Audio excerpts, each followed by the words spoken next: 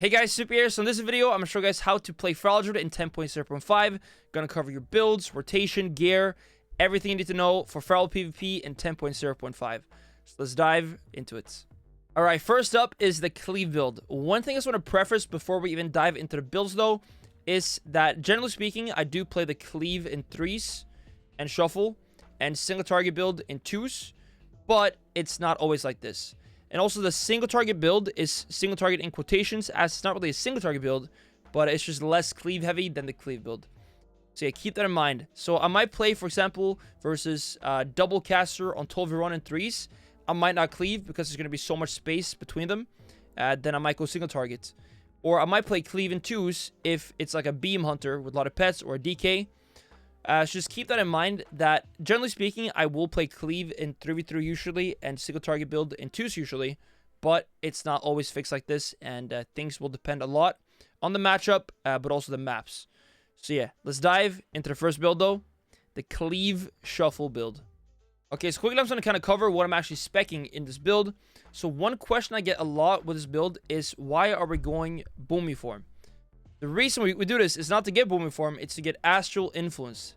This range is insane in Cleave. It makes cleaving way easier. You can even cleave targets who are not really stacked if you're well placed with the radius of your Primaraph. So yeah, just keep that in mind. That is why we're going Boomy form. The rest is fairly standard Cleave stuff. One thing to keep in mind with this build too is Carnivore's Instincts and skipping Swarm. The reason we do this, it's Fury is not on a global. It cannot be dispelled, but maybe the most important factor is the uptime with Raging Fury. You can pretty much have 100% uptime on Fury, on Tiger's Fury, with this talent. Just like, you just keep that up, and it's going to be a big damage increase on all your bleeds, and it's not going to be just like on one target or two targets, and it can get dispelled, as would be the case with Swarm. The rest, double Rake, Primaraph, and we got Rip and Tear, Circle, Apex. One thing to keep in mind with Apex is the damage you will do with bites is pretty huge. But when you bite someone, you will do 35% more damage with your Rip because of Sabertooth. And also because of your Forsets right here, which gives you 10% more damage on Rip and Rake after a finishing move. So those stack, and that is one of the most fundamental things about Feral Druid, especially in Cleave. That's going to be doing huge damage. Just keep that in mind. Spending finishers, especially bites, but also replaying bleeds, gives you a ton more damage on your actual Rip and Rake. But yeah, beyond this, I think we're just going to kind of dive into the rotation. You can also see we have Typhoon though. Typhoon, I actually made a video about this recently as well. It's insane on certain maps like Blade's Edge Arena, but also knocking Priest Barrier, Darkness. You can basically knock any like area effect. It can be great to use Typhoon to do. But yeah, let's kind of dive into the rotation part and also talk a bit more about the build in there. Let's get to it. Okay, so here we are at the training dummy.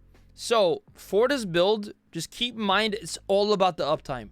This is one thing that I really want to stress too, is that you got to make sure you got the good uptime on Rake, on Rip, on Thrash even. If you have all bleeds up ticking on many targets, you will be doing big damn. You will proc bites, because Rip will proc you bites. And those bites will feed back into your bleeds because of Sabertooth and Forset. So it's all about that uptime, especially on Rip, but also Rake. And yeah, with that Taste of Blood, every single bleed will make your bites do more damage as well. So there's big synergy working between bites and bleeds. And I see a lot of Ferals who do not tap into this nearly enough. And this will gatekeep you very hard. So yeah, keep that in mind. So yeah, this build is all about the uptime. So when it comes to rotation, that is what we got to keep in mind. It's all about just getting bleeds up, start proccing bites, maintain Rake, Rip, and Thrash, and also you want to stack up your big Frenzied Assault bleed when you're circling. This is good in AoE with Slash, but you know, Shred, Rake, all these will also maintain this bleed and stack it up. So usually what I'll do is kind of Rake and Stealth, instantly Incarn, just Frenzy, and then Primaraph. Oh, I had him by accident. Let me Stealth again.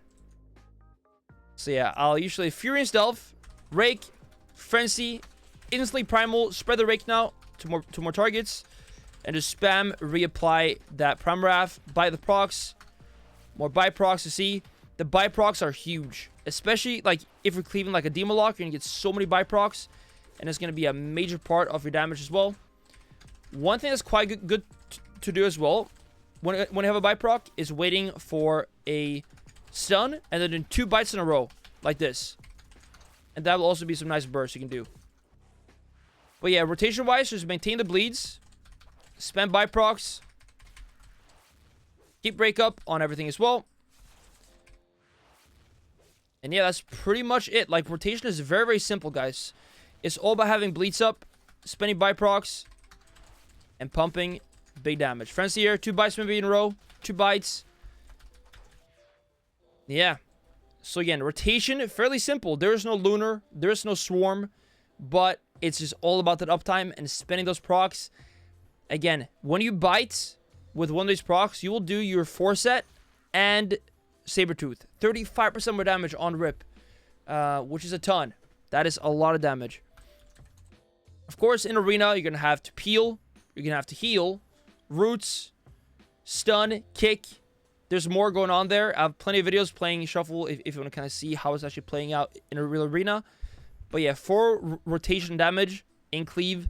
Those are the basics. And now let's dive onto the single target build and rotation as well.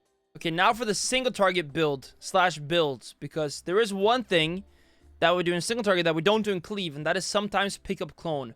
So in Cleave, picking up clone doesn't make much sense in my opinion. As when you're cleaving, you want to have bleeds and everything. Have them tick away. And it's all about the uptime. You know, like I said. So if you're cloning something, it's not going to tick away. And you're not going to have uptime. So therefore, I find clone in a Cleave build does not make much sense. But in a single target build, again in quotations, because single target build, it's not really single target, it's still Cleave. There's no more draft of defocus. You're free to bleed everything you want to bleed.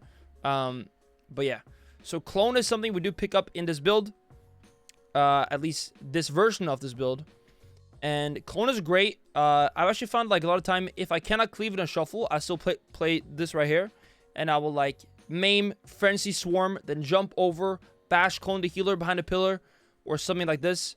Yeah, having clone is great. Again, it's a hard pickup in Dragonflight though, which I've given a bunch of feedback on, but that's for a different video. So, yeah, like I kind of touched on it in the start of the video, that is when to play what build. So, generally speaking, I'll play single target build in like 90% of my 2s games, maybe 80%, but not always. If I find like a Cleave value in a 2s game, then I'll still go Cleave. But yeah, so this build I usually play in 2v2, but also in 3s fairly often. So, with this build, we still have Swarm. We got Lunar Inspirations. We have Blood Talents. One thing I should probably kind of touch on is actually Blood Talents and Line Strength. That I didn't touch on in the Cleave section. But that is that Line Strength and Cleave makes a lot more sense because you're doing so many buy procs. You're going to be overcapping so many com points when you're cleaving. Also because the Foresight gives you more crit as well. Crit gives you more com points. Which means when you're cleaving and getting buy procs, you're not going to have the uptime on BT for all the finisher moves. In single target, it's a bit easier to kind of proc BT. You have more time. You have more time to proc BT, and therefore I opt for BT in single targets.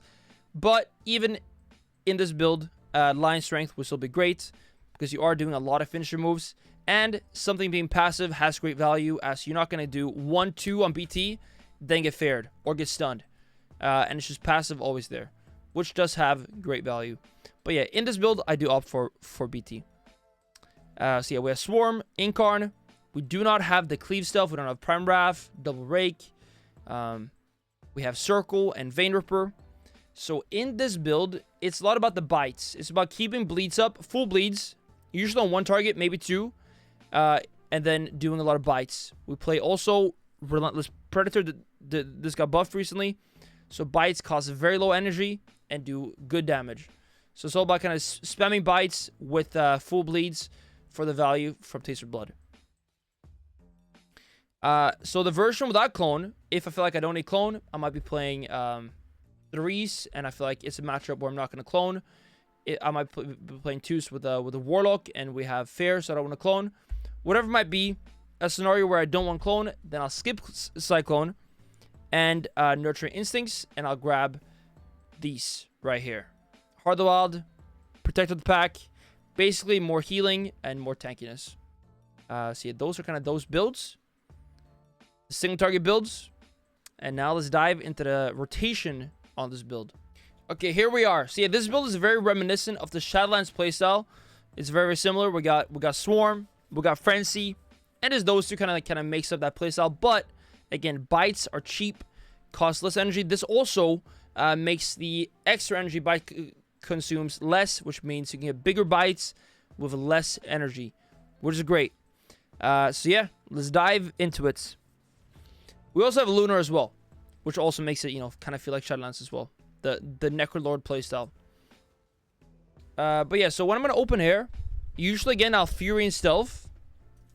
I'm going to Rake, Feral Frenzy, Swarm, maybe Moonfire to proc BT, then Rip, Shred, Bite, Slash, Bite. Here, the problem is you're going to be overcapped with comp points if you want to proc BT for every single bite. But you get the points. Just keep proccing BT. Bite again. Bite again. And that is the basics. So again, Fury and Stealth, Rake, Feral Frenzy, Swarm, Moonfire, proc BT. You Rip. That's going to get you on 3 comp points. Then you Shred. 5 comp points. Bite. They might want to Thrash. Shred. Bite. Slash. If you do that way, you're going to proc BT on the 3rd bite again. The 2nd bite might not have BT. But yeah. This is why, if you play Lion Strength, it might be a bit easier to kind of have that flow and spam bites.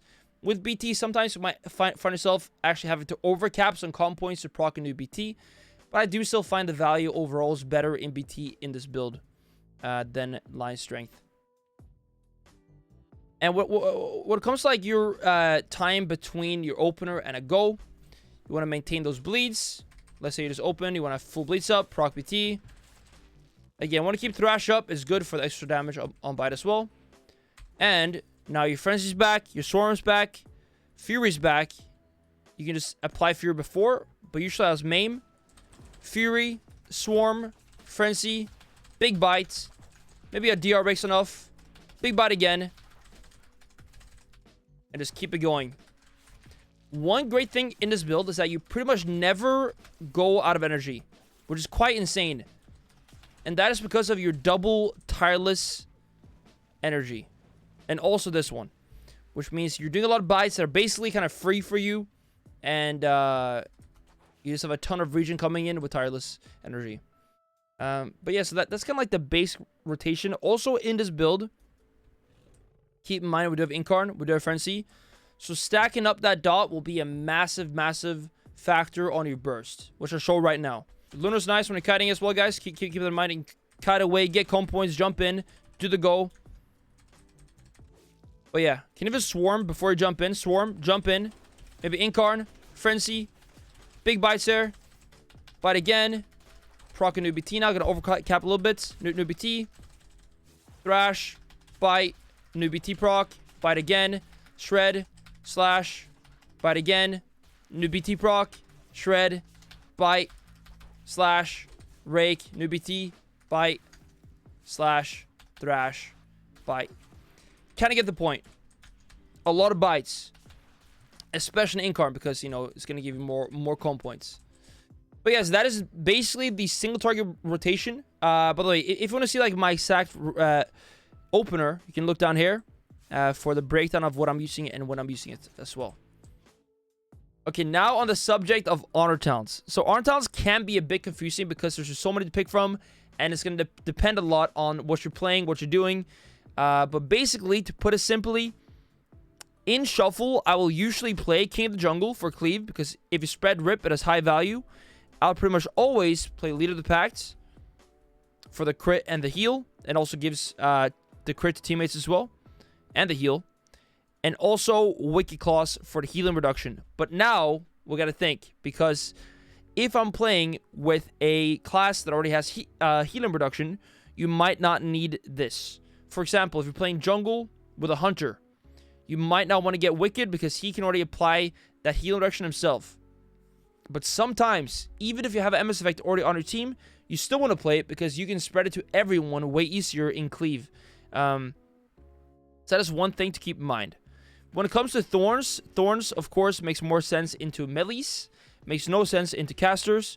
So if you're facing like a double melee or just a melee in twos, Thorns can be a great option and a good way to do damage, but also deter the enemy from actually going you or your teammates. So I'll give you guys some examples right now. Let's say I'm playing jungle 3v3 is standard feral comp. Then I don't need Wicked. And I'll play this into a melee cleave. Thorns, leader, and strength. If you're facing a caster cleave as jungle, then I don't need Thorns. And then I will play Ferocious Wound instead, for example. Or maybe even a high winds if I'm going to be casting Cyclone a lot with this build right here. Which we talked about earlier. But yeah, so to put it simply though, it will change a lot depending on your comp. And you gotta think, will I get value out of Thorns here? Will I get value out of King of the Jungle here, if you cleave? And do I need Wicked Claws? These questions you gotta ask yourself when you go into a shuffle or a 2-scheme or a 3-scheme. And then you kind of pick around that. Of course, eventually kind of know automatically what to pick into what. As it's fairly simple. Don't play Thorns into casters, play Thorns into melee, and so on. Kick in the jungle and cleave, don't play it in single targets. And then you play Wicked if you need that as well. Then you can drop Strength of the Wild. But yeah, this is my go-to though in solo shuffle. But yeah, that's it, and let's move on. Alright guys, gonna bear with me for this part because right now we're gonna talk about survivability. How to live as a Feral Druid. So can I first of all, gonna cover the basics.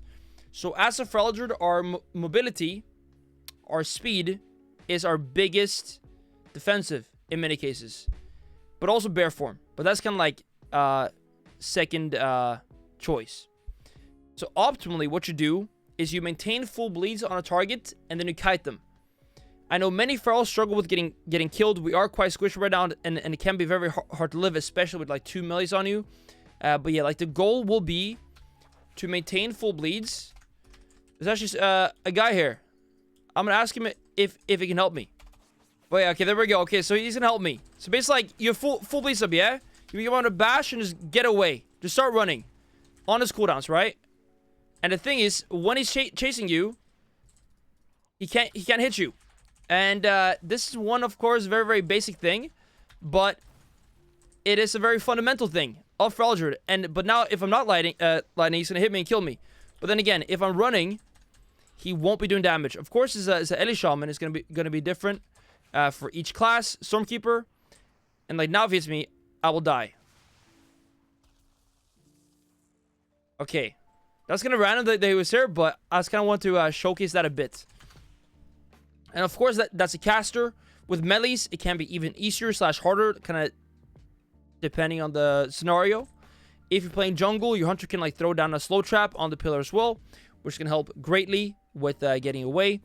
But yeah, like using your bash, using stuns, dashing to a pillar, and kiting will be your #1 the defensive, which I see most Ferals not utilize properly, and of course myself as well. Sometimes I don't kite properly. But yeah, line of sighting is huge. If you can't line of sight, you might be getting stunned, you might be getting spared from a warrior. You want to use bear form more. Bear form, if you can't get away, but you are going to be tanking damage, a lot of damage, you want to make sure you're in bear form. Main thing as a Feral is maintaining bleeds as you're trying to survive. Keep up the pressure, and that's going to help greatly. Especially in Shuffle with King of the Jungle. It's going to give you more healing and more speed as you're cutting away with bleeds. So maintaining bleeds and keeping pressure up is also a great way to live, because if the enemies are dying, if they're dead, they cannot kill you, right? Or if they're running. So good pressure is also a great way to live.